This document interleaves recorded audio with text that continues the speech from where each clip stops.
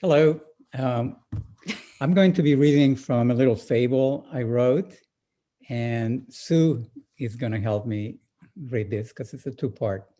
And this is meant to be political sarcasm. Please don't take it like this is the way we think about this. And it's gender fluid. Here we go. Once upon a time, Mr. Capital took his son out for a walk. Look, son, poor people, there. They look just like you and me, Daddy. Well, son, no, they're not like us. They don't own stock, but they're still very useful for the economy. In what way are they useful, Daddy? Well, son, because they're poor, we can hire them for miserable wages, and they will produce for companies in which we own stock. Daddy, but if they aren't paid enough, won't they go hungry? Well, son, our politicians, who we call public servants, will take care of that.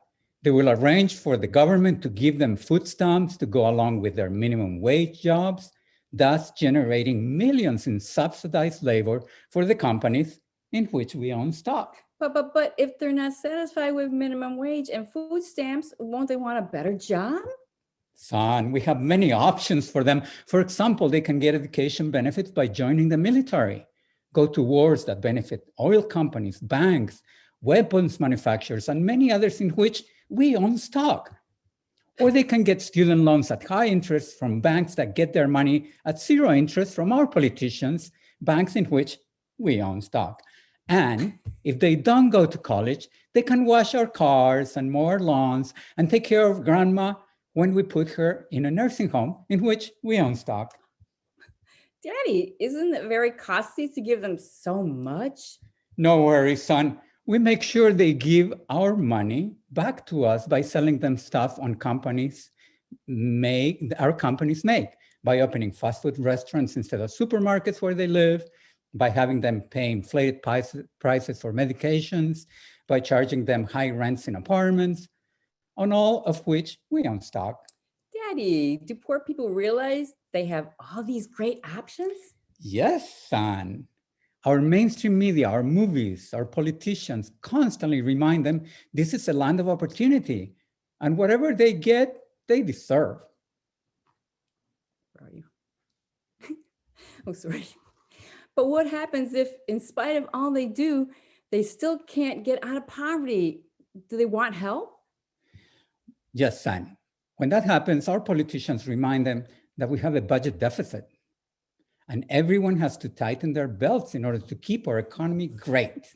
And that the way to fix the problem is to give tax breaks to the job creators, meaning us, the super rich, so we can hire more in our companies in which we own stock. Not that we have to, but we might. Daddy, what if they stop believing our politicians? Well, we give them new politicians that promise change and a choice of party to support, but making sure they vote only for candidates who belong to our two major political parties in which we own stock.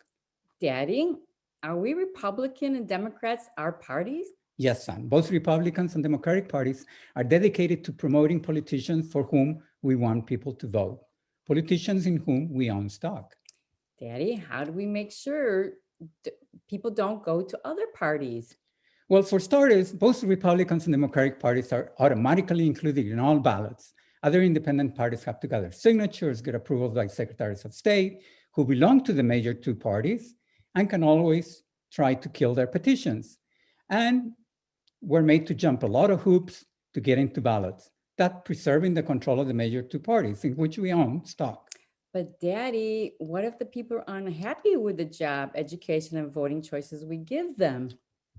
Well, son, then we call them anti-American, subversive, and pass laws to incarcerate them and forever take their right to vote. And they will forever be marked and unable to get better jobs.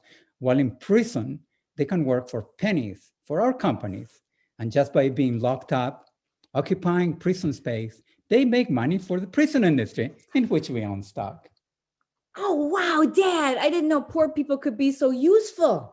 Let this be an economic lesson to you. Oh, thank you, Daddy. The end.